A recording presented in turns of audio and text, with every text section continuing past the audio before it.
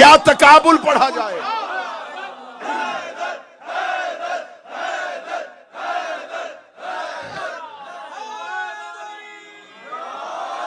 कैसे तकाबुल पढ़ूं? कहां हिंदा का बेटा, कहां ज़हरा का बेटा, कहां पिसरे अबू सुफियान, कहां पिसरे अली। ना ये तकाबुल बनता है। और ये जुमले मेरे नहीं है, बाखुदा मैं मौला इमाम हसन की मजलिस के मौके पर कह रहा हूं, ये जुमले मेरे नहीं है। शाम के दरबार में मुआविया बिन अबू सुफियान ने मौला हसन से कहा था, ए हसन अना खैरुम मिन, मैं तुझसे बेहतर हूं। ये लफ्ज कहे मुआविया ने दरबार शाम में, हसन मैं तुमसे बेहतर हूं। इमाम हसन मुस्कुरा के कहने लगे, मैं तेरा तकाबुल कर ही नहीं सकता, तेरी मेरी बराबरी कैसी। मैं तो तुम्हें यह भी नहीं कह सकता कि मैं तुमसे बेहतर हूं, क्योंकि तकाबुल होता है मिलने वालों के दरमियान, जिनके कुछ औसाफ मिलते हैं। ये जुमले हजरत इमाम हसन के, उसे गाना खैर मिनका। इमाम हसन ने फरमाया, मैं तुमसे यह भी नहीं कह सकता। कहां आसमान, कहां जमीन, कहां तहारतों का मरकज, कहां निजाजतों का मंबा। जो हाथ नहीं उठा, कहां बनी हाशिम का चश्मे चरा, कहां बनी उमैया का नसूर। जो हाथ अभी भी नहीं उठा, कहां शजराए तैयबा, कहां शजराए खबीसा।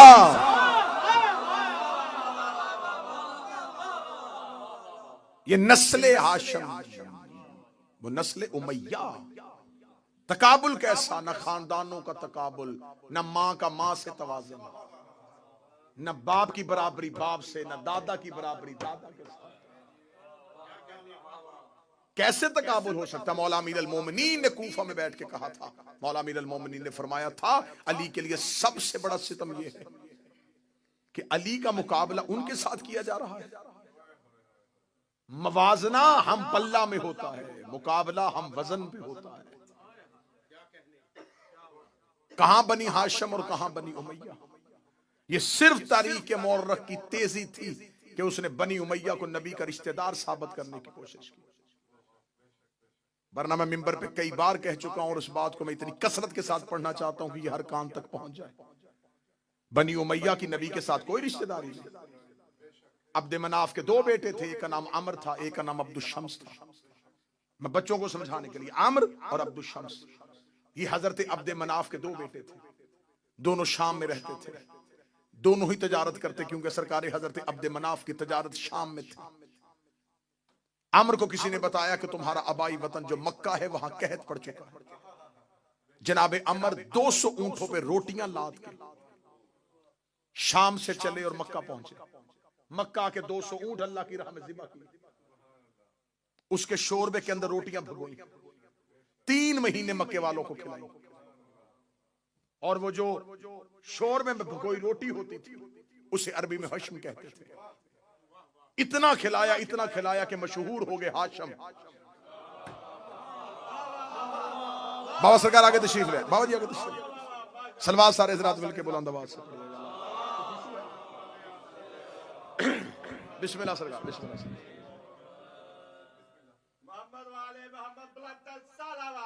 अल्लाहुम्मा सल्लि अला मुहम्मद व आले।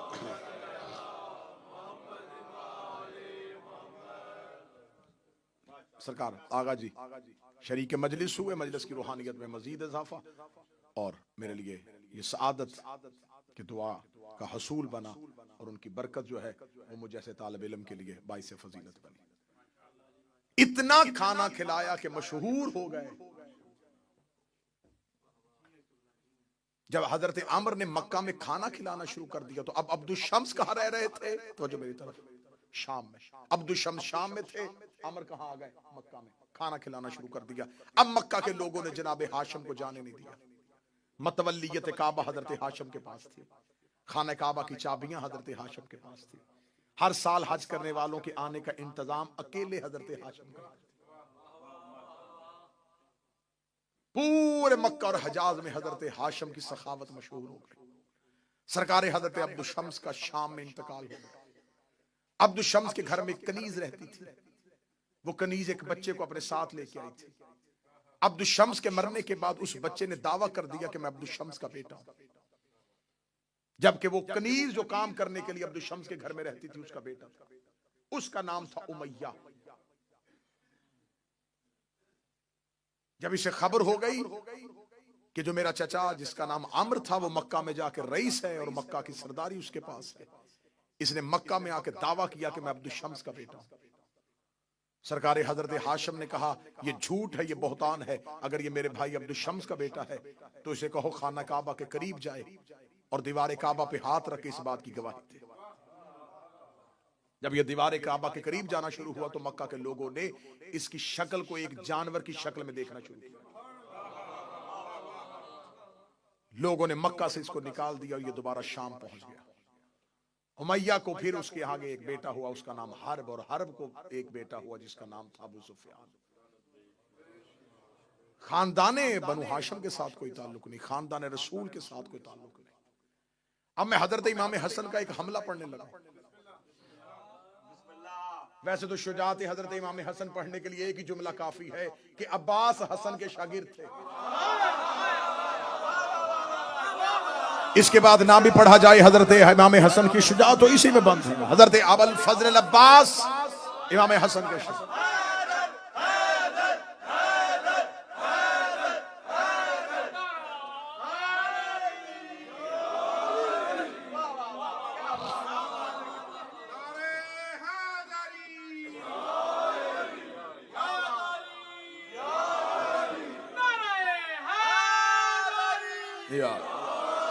शागिर्द थे और सिर्फ हजरत अबुल फजल अब्बास नहीं, खानदाने हाशिम को, हाशमियों को, अली के बेटों को तलवार चलाने का और नेजा फेंकने का अंदाज इमाम हसन ने सिखाया।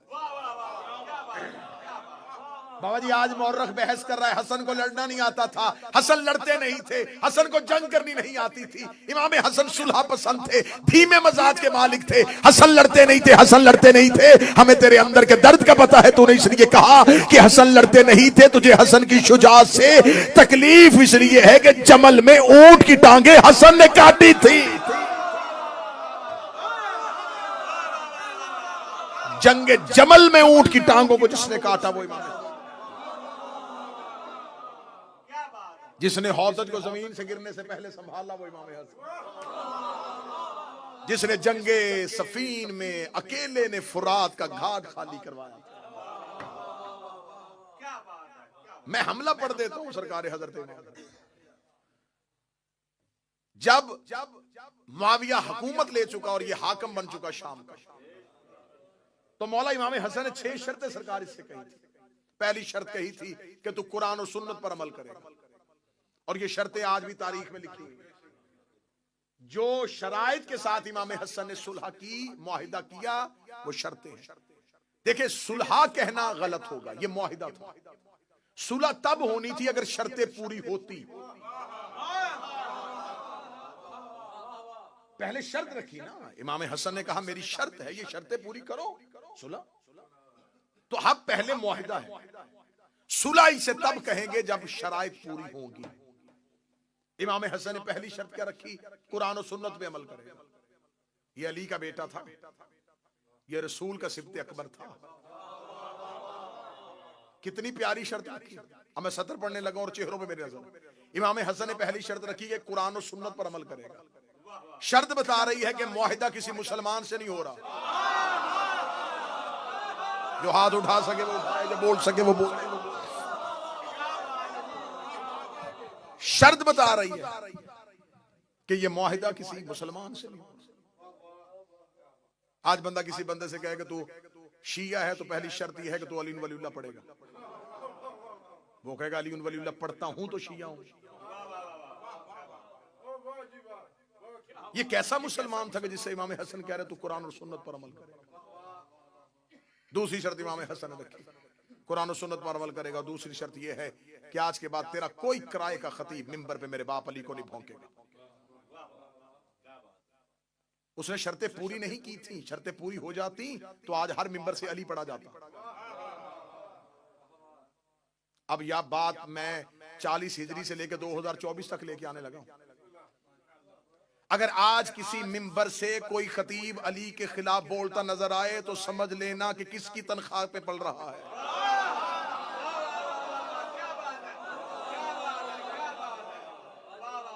मिंबरों पे अली पे भौंकना हिंदा के बेटे की तनख्वाह थी। मौला इमाम हसन ने फरमाया कोई तेरा किराए का खतीब मेरे बाबे अली को नहीं भौंकेगा। तीसरी शर्त रखी थी, मेरे शियों के हकूक का ख्याल रखा जाएगा, मेरे शियों को नाहक कत्ल नहीं किया जाएगा, उनके हकूक मजरू नहीं किए जाएंगे। क्यों? मौला इमाम हसन बचा रहे थे, अपने नौकरों को बचा रहे थे, अपने असहाब बचा रहे थे करबला के लिए, जमीन साजी कर रहे थे इमाम हसन। इमाम हसन मुश्तबा ने ये शराइत रखी, और अगर आप तारीख को बगौर उसका मुतालिया करें, कैसी कैसी शख्सियात का कत्ल हुआ था उस दौर में।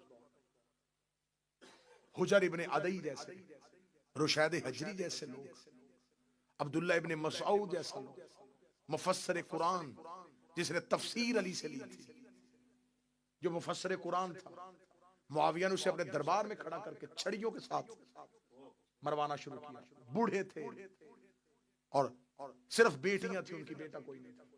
जमीन पे जख्मी गिरा पड़ा था ये अली का सहाबी, ज़ईफ, और मुआविया तक से नीचे उतर के करीब आके कहने लगा क्या फायदा हुआ अली की मोहब्बत का, अभी थोड़ी देर के बाद मर जाएगा, दुनिया में तेरी बेटियां अकेली रह जाएंगी, कैसे अपना मुआश का बंदोबस्त करेंगी, कैसे जमाने में जिएंगी। अब्दुल्ला इब्ने मसऊद ने आंखें बंद होते हुए आंखें खोल के कहा मेरी बेटियों के रिस्क की तुझे क्यों परवाह है। और ये जो आज वजीफा पढ़ा जाता है कि किसी घर में रिस्क की कमी हो तो उस घर की मस्तूर को चाहिए कि रात को सोने से पहले सूरा वाक़िया पढ़े, ये वजीफा अब्दुल्ला इब्ने मसऊद ने बताया था। अब्दुल्ला इब्ने मसऊद ने फरमाया तू मेरी बेटियों के रिस्क की फिक्र न कर, वो अली के कहने के मुताबिक रात को सोने से पहले सूरा वाक़िया पढ़ के सोती है। इसे कहते हैं सहाबी मरता हुआ भी अली की हदीस बयान कर रहा है, दुश्मन के दरबार में अली की हदीस पढ़ा, और उसने ठोकर मार के कहा चल फिर मरना ही चाहता है तो तूने कुरान पे इतनी खिदमात की है, तेरी तफसीर कुरान पे इतनी खिदमात है, चल मैं तुझे इतना जरूर अजर दूंगा कि तूने कुरान के लिए बड़ी खिदमात की हैं। मैं तुझसे पूछना चाहता हूं तू कैसे मरना चाहता है, तेरी खिदमात के एवज में तुझे इतनी छूट दे देता हूं, तू जिस तरह मरना चाहे मैं तुझे वैसे मारूंगा, तू कैसे मरना चाहता है, तू कैसे मरना चाहता है। अब्दुल्ला इब्ने मसऊद ने बंद आंखों खोल के कहा बिल्कुल ऐसे जैसे 12वें के दौर में तू मेरे हाथ से मरना चाहता।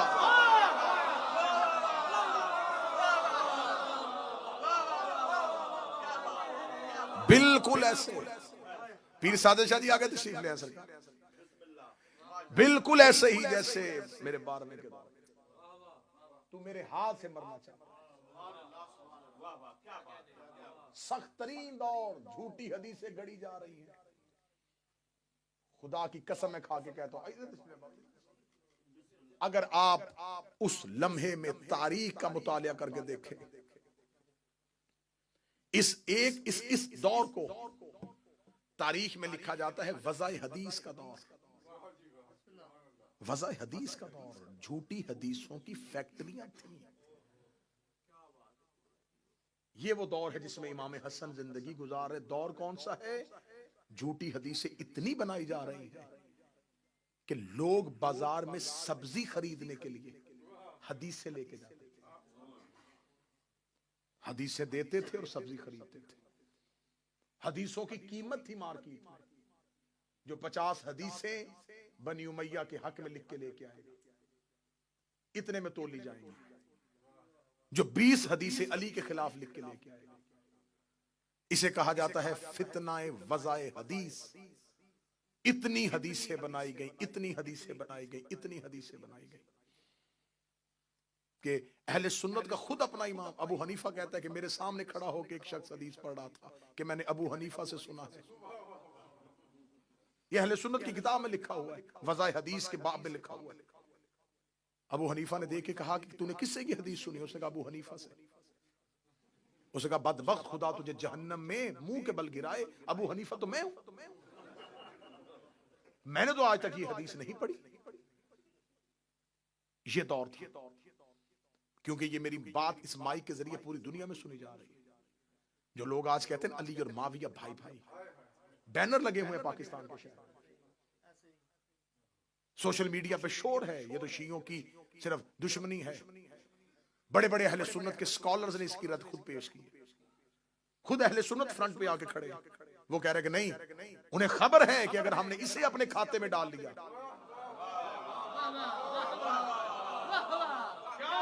फिर यहां से तो खोज शुरू होगी। लिहाजा जो पढ़े लिखे सुन्नी है वो यजीद से पहले ही मोहतात हो गए थे, यजीद से पिछले दौर से ही मोहतात हो गए थे। वो कहते सिर्फ यजीद को खाते में ना डालो, यजीद को फेंको और इससे पहले मुआविया को भी फेंको, ताकि पूरे बनी उमैया से हम सबकदोश हो जाएं, बनी उमैया से हमारे हाथ पीछे हो जाए। पढ़े लिखे अहले सुन्नत स्कॉलर जो पुराने लोग थे वो नहीं मानने के लिए तैयार थे। उन्हें खबर थी अगर हमने इसे मान लिया फिर पूरी की पूरी खिलाफत गई, अगर हमने इसे अपने खाते डाल लिया तो इसने अपने दौर में इतना कुछ किया हुआ है, वो सब कुछ हमें मानना पड़ेगा। जितनी अहले सुन्नत की किताबें हैं हदीस की, चाहे वो मुस्लिम हो चाहे वो बुखारी हो, ये सब के सब शागिर्द हैं निसाई के। जाए जाके किताब उठा के देखे और अहले सुन्नत को मैं चैलेंज करके कह रहा हूं, मुझे बताएं कि इमाम नसाई का कत्ल क्यों हुआ था, उसे क्यों मारा गया था। जब उसने खड़े होके अहले बैत के फजाइल पढ़ने शुरू किए तो मजमे में से एक बंदा उठा और उसने कहा तू अली के फजाइल, अली की हदीसें पढ़ी जा रहा है, क्या तेरे पास मुआविया के हक में कोई हदीस नहीं है? तो इमाम नसाई ने वहीं खड़े होकर कहा हाँ मेरे पास मुआविया के हक में एक हदीस है कि नबी ने कहा था कि खुदा तेरा पेट ना भरे, और ये आज भी हदीस सही मुस्लिम में पड़ी हुई, आज भी हदीस पड़ी हुई कि रसूल अल्लाह ने उसे बद्दुआ दी थी कि खुदा कभी भी तेरे पेट को ना भरे। जब निसाई ने ये जुमला कहा तो लोगों ने उसे उतार के कहा बा खुदा ये शिया है, और उसे मारना शुरू किया, और इसी हालत में, जख्मी हालत में उसे लोग ले गए और उसको जाके मक्के में दफन कर दिया और वो मर गया। फितना वज़ा हदीस हो रहा है, उस दौर में इतना तंग कर दिया गया है कि लोगों को वही इस्लाम पढ़ाया जा रहा है जो बनी उमैया दे रहे हैं। इस दौर में इमाम हसन का एक हमला पड़ेगा। मौला हसन ने 5वीं शर्त रखी थी कि देख तू अपनी जिंदगी तक खिलाफत करेगा, हुकूमत करेगा, लेकिन तू अपने मरने के बाद अपने बेटे को वली अहद नहीं बनाएगा। इसने अपनी जिंदगी में अपने बेटे के लिए हालात ठीक करने शुरू कर दिए, खुरासान में बैत लेनी शुरू कर दी, कूफे में बैत लेनी शुरू कर दी, बसरा में बैत लेनी शुरू कर दी। खबर इमाम हसन को मदीने पहुंची और ये मुआहिदा होने के 4.5 या 5 साल के बाद खबर पहुंची कि इसने तो बैत लेनी शुरू कर दी। इमाम हसन अलैहिस्सलाम मदीने से एक गुलाम के साथ अकेले शाम आए। मैं जंग पढ़ने लगा हूं, कोई लश्कर नहीं, कोई फौजी नहीं, कोई सिपाही नहीं, अकेले हजरत इमाम हसन एक गुलाम को साथ लेकर मदीना से निकले। आगा जी शाम आ गए। शाम मुखबरों ने जाकर दरबार में खबर दी हसन शाम पहुंच गए, और वो शाम के सदर दरवाजे पे आ गए। कहा जल्दी करो, मेरे दरबार को भरो लोगों से, हसन के पहुंचने से पहले मेरा दरबार भर दिया जाए। मैं ऐन ही तारीख पढ़ने लगा, बिल्कुल हरफ बहरफ तारीख पढ़ने लगा। इसका जब तक हसन शाम के सदर दरवाजे से दरबार तक पहुंचे, दरबार खचाखच भर दो मेरे खुशामदीयों के साथ, सारा मजमा मेरा हो, ताकि हसन को पता चल जाए कि मेरी हुकूमत शाम में कायम हो चुकी है। इसने पूरा दरबार खचाखच भर दिया। इसके किराए के लोग खुशामदी सारे के सारे दरबार में इकट्ठे होकर गलियों में मनादी करवानी शुरू कर दी कि जितनी जल्दी हो सके शाम के सदर दरवाजे से इमाम हसन बढ़ के दरबार की तरफ आ रहे हैं, जल्दी पहुंचो। जामे मस्जिद उम्मी में लोगों का रश हो गया, इतना दरबार भर चुका था। सारे के सारे खुशामदी और इमाम हसन चलते चलते दरबार की जानब आ रहे थे। इमाम हसन के आने से पहले इसने अपने किराए के खतीब को खड़ा किया। किराए के खतीब को खड़ा करके इसने कहा चल तू खानदान बनु उमैया के फजाइल पढ़ने शुरू कर दे। किराए का खतीब उठा और उसने खानदान बनी उमैया के फजाइल पढ़ने शुरू कर दिए। इधर इमाम हसन का जब पहला कदम दरबार में आया तो ये इमाम हसन को ये तासुर देना चाहता था कि हमें तो नहीं पता था कि आप आ रहे हैं, आपके आने से पहले ही लोग खानदान उमैया के फजाइल सुन रहे थे और हमारा खतीब खानदान उमैया के फजाइल पढ़ा था। किराए का खतीब ऊंचाई पे खड़ा हुआ खानदान बनी उमैया के फजाइल पढ़ा था। इमाम हसन दरबार में आके खड़े हुए, लोगों ने तीखी नजरों से हसन की तरफ देखा और इमाम हसन की तरफ कोई तवज्जो न की। किसी ने इमाम हसन को कुर्सी न दी, किसी ने इमाम हसन के लिए रास्ता ना छोड़ा। सारे खानदान बनी उमैया के फजाइल उठ उठ के दाते रहे थे, तहसीन की आवाजें आ रही थी, वाह वाह मरहबा की सदाएं आ रही थी। इमाम हसन ने जब वो किराए का खतीब बैठ गया, इमाम हसन चलते चलते उस मकाम पे आए जहां पर मुआविया बिन अबू सुफियान बैठा हुआ था। इसने उठ के अपनी अबा को ठीक किया और ठीक लगे गए, ऐ अबू तालब का बेटा, ऐ अबू तुराब का बेटा, ऐ अली का बेटा, आप कब आए मेरे दरबार में? मैंने तो आपको आते हुए नहीं देखा, आप कब पहुंचे हैं? इमाम हसन देखते मैं उसी वक्त पहुंच गया था जब तेरे किराए का खतीब तेरे खानदान के फजाइल पढ़ा था। ये मुस्कुरा के सुन लिए आपने मेरे खानदान के फजाइल। इमाम हसन ने ऊंचाई पे खड़े होकर पूरे शाम के जामिया मस्जिद उम्वी के खचा खच मजमे में कहा, ऐ मुआविया बिन अबू सुफियान, मैं हसन इब्ने अली अपनी मां ज़हरा से लेके हव्वा तक और अपने बाप अली से लेके आदम तक एक एक का नाम और किरदार पढ़ता हूं और ऊंची आवाज में पढ़ूंगा। अगर तुम में जुर्रत है मेरे कान में आके अपनी मां का किरदार सुन।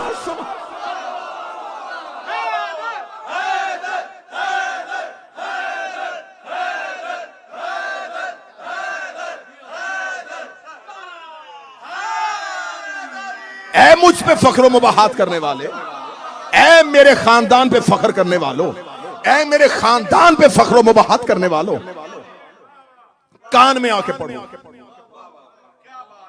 दरबार में सन्नाटा तारी हुआ, खामोशी तारी हुई, खामोशी का तारी होना था। इमाम हसन ने यूं मजमे की तरफ देखा, पहला ही जुमला इतना सख्त था, लोगों ने कहा ये कौन है जिसने दमिश्क के हाकिम को इतना बड़ा जुमला कह दिया? हाकिम अभी तख्त पे लर्जा बर आदम था और चेहरे पे मौत की जर्दी थी। इमाम हसन ने कहा, जो मुझे जानता है वो जान ले, जो नहीं जानता वो सुन ले, अना हसन इब्ने अली, मैं हसन अली का बेटा हूं, मैं अबू तालब का बेटा हूं, मैं ज़ुर्रियत इब्राहिम हूं, मैं नस्ल इस्माइल हूं, मैं शजरा तैयबा का समर हूं, मैं फर्जंद इब्राहिम हूं, मैं फर्जंद इस्माइल हूं, मैं सफ़ा का बेटा हूं, मैं मरवा का बेटा हूं। इतना कहते कहते इमाम हसन के जुबान से जुमला निकला, मैं चाहूं तो इराक को शाम कर दूं, मैं चाहूं तो इराक को शाम कर दूं, मैं चाहूं तो दिन को रात कर दूं, मैं चाहूं तो रात को दिन कर दूं। पीछे से बंदा मजमा चीरता हुआ आगे बढ़ा और आगे बढ़ के लगा, मा अकाला हक का हाफिज, तू वो क्यों कह रहा है जो तू कर ही नहीं सकता? इमाम हसन ने तीखी हुई नजरों से पीछे मुड़ के देखा, फरमाया शर्म नहीं आती औरत हो के मर्दों में खड़े, औरत हो के मर्दों में खड़ी है। फौरन जिस्म के खदोखाल तब्दील हुए, हयत बदन तब्दील हुई। इनकलाब ईरान के बानी आगा खुमैनी ने एक तफसीर लिखी है कुरान की। उन्होंने अपनी कुरान की तफसीर में सूरह यासीन की इस आयत में इन्नमा अम्रुहु इज़ अरादा शैअन यक़ूलु लहु कुन फयकून, इसकी तफसीर करते हुए उन्होंने कहा कि अल्लाह कहता है कि जब मैं किसी चीज का इरादा करता हूं, मैंने हवाला दिया है, आगा खुमैनी ने अपनी तफसीर में लिखा, उसने कहा जब खुदा किसी चीज का इरादा करता है तो खुदा कहता है जब मैं इरादा करता हूं तो मैं कहता हूं हो जा तो वो हो जाती है। फिर उन्होंने इसके आगे तफसीर में लिखा कि ये बात मखलूक को समझाने के लिए है, वरना अल्लाह के इरादे कहने और होने में फासला नहीं होता। उन्होंने कहा अल्लाह के इरादे में, कहने में और होने में कोई फासला, कोई वकू नहीं होता। उसका इरादा ही उसका कहना है, उसका कहना ही उसका होना है, उसका इरादा ही उसका कहना है, उसका कहना ही उसका होना है। ये तफसीर हो गई कि अल्लाह का इरादा अल्लाह का कहना है, अल्लाह का होना है। मैं मर्जी के चौक में अपनी जुबान कटवाऊंगा। हसन ने शाम के दरबार में मुसल्ला बिछा के 2 रकत नमाज पढ़ के दुआ नहीं की कि मेरे अल्लाह इसे औरत कर दे, मेरे अल्लाह इसे औरत कर दे। हसन ने कह दिया वो हो गया।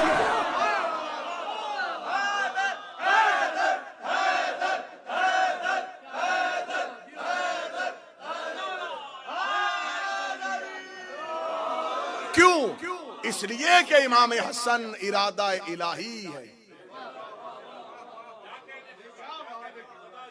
हसन जमीन पर अल्लाह के इरादे का मजहर ताम है, ये तजल्ली परवरदिगार है। अल्लाह का कहना इनसे साबित है क्योंकि ये दलील परवरदिगार। कहा शर्म नहीं आती औरत होके, मर्दों, यहां तक आपको जाकिरी ने सुनाई है, मैं इससे अगली हदीस का अगला टुकड़ा सुनाने लगा। अब इससे भी अच्छा टुकड़ा सुनाने लगा हूं। जब कहा शर्म नहीं आती औरत हो के मर्दों में आ गई है, हैयत तब्दील हुई, खदो खाल तब्दील हुए, मिंबर की पूरी खतीबाना जिम्मेदारी के साथ जुमला कहने लगा हूं। जो ही बदन तब्दील होना शुरू हुआ तो अपने आप में शर्मिंदगी में ऐसे मजमे से बाहर निकलने का इरादा किया। इमाम हसन ने पीछे आवाज कहा, रुक जा, कहां जा रहा है? घर जाके क्या करेगा? घर पे तो औरत बैठी थी, जा, हमने उसे मर्द कर दिया है। हमने उसे मर्द कर दिया।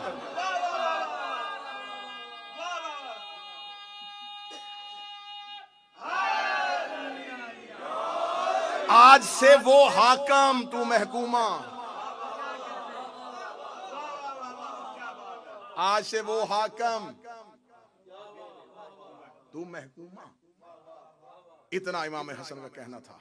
अब पूरे दरबार में जब लोगों ने मोजज़ा देख लिया, अब एक मर्द को अभी अभी जिसने औरत बनते देखा हो, अब दूसरे की हिम्मत है?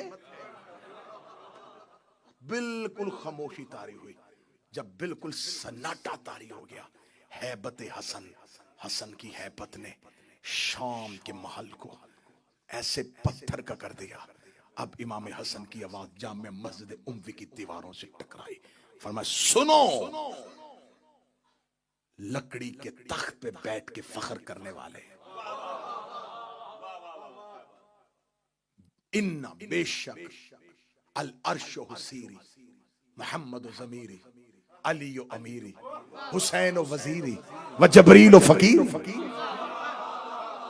ऐ लकड़ी के तख्त पे बैठ के फख्र मुबाहात करने वाले, अर्श मेरे तख्त का नाम है, मोहम्मद मेरे जमीर का नाम है, अली मेरे अमीर का नाम है, हुसैन मेरे वजीर का नाम है, जबरील मेरे फकीर का नाम। अल अर्श सीरी, मोहम्मद ज़मीरी, व अली अमीरी, व हुसैन वजीरी, व जबरील फकीरी। कहीं तारीख से खुतबा, अकेले अकेले शाम में, अकेले है शाम में। अरबी जुबान में आप नफरत के साथ, जैसे हम उर्दू जुबान में किसी के साथ बात करते उलझते उलझते, जब उस बंदे को इस काबिल न समझे ना किसी बात, तो बंदा उर्दू जुबान में एक लफ्ज बोलता है, माहौल, चल हट, बोलते हैं चल हट। अरबी जुबान में इसके सिर, चल हट। और अगर सामने औरत हो तो उसको सिर नहीं, सीरी, सिर कहा जाता है मर्द के लिए, सीरी कहा जाता है औरत। चल हट, मर्द हो सिर, औरत हो सीरी।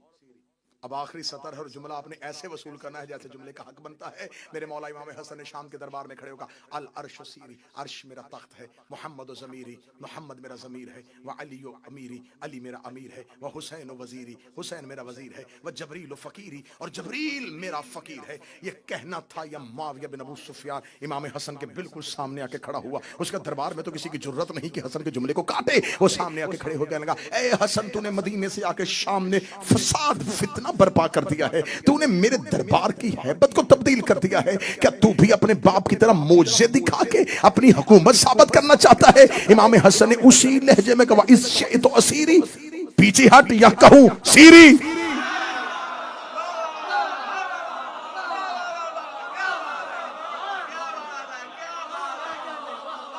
पीछे हटेगा या तुझे भी कहूं सीरी। और सीरी औरत के लिए कहा जाता है।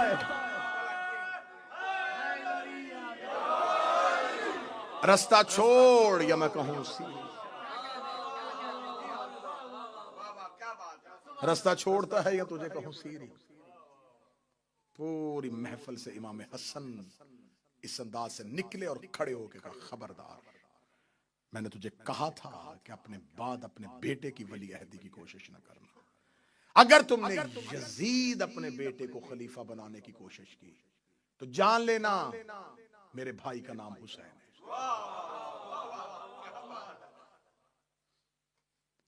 बहुत खूबसूरत जुमला मुर्तजा मुताहरी का है। उन्होंने कहा, आशूरा हुसैनी होने से पहले हसनी थी। जब करबला हुसैनी नहीं थी तो करबला हसनी थी। करबला में मेहनत है इमाम हसन की। और मैंने ये जुमला करबला में कहा था और आज फिर कह रहा हूं, करबला हसन के मुआहदे की खिलाफ वर्जी का नाम है। अगर उम्मत इमाम हसन के मुआहदे को मान लेती तो करबला बर्पा ना होती। तुमने मुआहदे की खिलाफ वर्जी की और करबला हो गई। हसन इमामत में इतना जरूरी है कि हसन की दी हुई शर्तों को ना मानो तो अगला इमाम करबला बर्पा कर देता। हमारे 12 में से 2 हसन है, दूसरा इमाम हसन है और 11वां इमाम हसन है। उस हसन के बाद भी इनकलाब है, इस हसन के बाद भी। लेकिन फर्क है, वहां इनकलाब था, यहां इंतकाम है। एक सख्त तरीन दौर था इमाम हसन के सामने, जहां मानने वाले बहुत कम तादाद में थे। जो कम थे उनकी जिंदगियों को महफूज रखना था करबला के लिए। रिश्वत का बाजार गर्म था। 20,000 का लश्कर लेके अली का यह बेटा चला था। एक रात में 12,000 का लश्कर अबैदुल्ला इब्ने अब्बास की सरपरस्ती में 10 लाख दिरहम में सौदा करने के बाद मुआविया के लश्कर में चला गया। 4,000 ने इमाम हसन का खुद खैमा घेर लिया, अकेले बच गए। और अली के बेटों ने हिफाजती हिसार में लिया हुआ था इमाम हसन को। मदाइन में जाके मुख्तार के चाचा जो मदाइन का गवर्नर था उसके घर जाके पनाह ली। जब इमाम हसन मदाइन पहुंचे हैं तो इतने जख्मी हो चुके थे कि इमाम हसन की रान में खंजर था, मुसल्ला नीचे से खींच लिया गया था। साथ देने वाले इमाम हसन को क्या कह के बुला रहे थे? अस्सलामु अलैका या मुज़ल्लिल मोमिनीन, ऐ मोमिनों को जलील करने वाले तुम पर हमारा सलाम। इतना तन्हा कर दिया रसूल का बेटा। बहुत दफा जहर देने की कोशिश की लेकिन साबित ना हो सकी, कारगर ना हो सकी। फिर आखिरी जहर रूम से मंगवाई गई। ज़मुर्द की जहर थी, सख्त इतनी थी कि इसके बारे में कहा जाता है अगर इसका एक तिनका इस जहर का एक तालाब में फेंक दिया जाए तो उस तालाब के सारी मछलियां और आबी जानवर मर जाएं। अगर दूध देने वाले जानवर के सींग को लगा दिया जाए तो वो खून देना शुरू कर दे। ये जहर रूम से मंगवाई गई, शाम से। अशस बिन कैस जो दुश्मन अली और दुश्मन अहले बैत खानदान था, जिसके बाप ने इमाम मौला अमीर अल मोमिनीन से जंग की और इसके दोनों बेटे करबला में। इसका एक बेटा जिसने हुसैन का मुस्लिम दारुल उमारा से गिराया था और दूसरा वो जिसने करबला में हुसैन के पहलू में नेजा मारा था। अशस की बेटी जोधा, इस तक जहर पहुंचाई गई। अगर तू ये काम कर ले तो लाखों दिरहम और यजीद के साथ तेरा अक्द और तुझे मुमलकत इस्लामिया की मलका बना दिया जाएगा। इस बदबख्त औरत ने, तारीख कहती है, अंगूरों में जहर, खजूरों में जहर, घर के पानी के घड़े में जहर और दूध में जहर, हर बर्तन में जहर डाल दी कि कोई भी तदबीर नाकाम ना हो। मौला इमाम हसन घर पहुंचे मस्जिद से, ये आई और इसने आकर सवाल किया, आपके लिए कुछ खाने के लिए लेके आऊं? इमाम हसन ने फरमाया नहीं। इसी का मैंने आपके लिए दूध में शरबत तैयार किया है। दूध इमाम हसन के सामने आया। इमाम हसन एक तरफ इसकी तरफ देखा और देख के इमाम की जुबान से पहला जुमला निकला, जोधा मेरा कासम अभी छोटा है।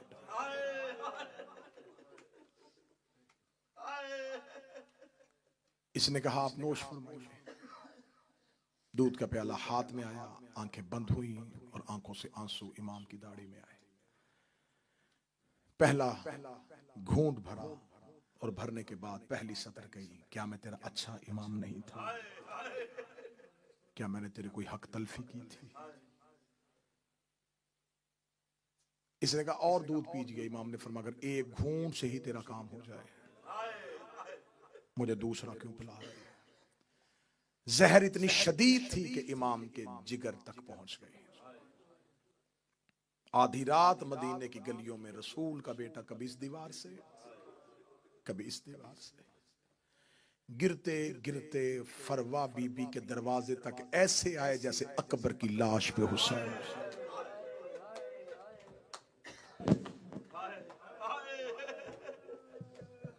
रोते रोते दरवाजे तक पहुंचे। दरवाजे पे आके मौला इमाम हसन रुक गए। बीबी फरवा हुजरे के अंदर थी। इमाम हसन ने आहिस्ता आहिस्ता दरवाजे पे दस्तक दी। फरवा दरवाजा खोल, फरवा दरवाजा खोल। जनाबे फरवा तड़प के उठी। जब आके दरवाजा खोला तो इमाम हसन की हालत क्या है, सर से अमामा उतरा हुआ है, गिरेबान चाक है और हाथ सीने पे है। बीबी फरवा देखे कहती मौला आपकी ये हालत किसने बनाई। रो के कहते मेरी हालत बाद में पूछना, पहले मेरा कासम जगा। अलविदाई मजलिस है, कल मेरा सफर है, अयाम अज़ा से आपकी नौकरी पे हाजिर हुआ हूं। कोई गुताही कोई गलती हुई हो मैं माजरत चाहूंगा। जिंदगी बाकी, मुलाकात बाकी। अलविदा कर रहे हैं हम नबी की बेटियों को।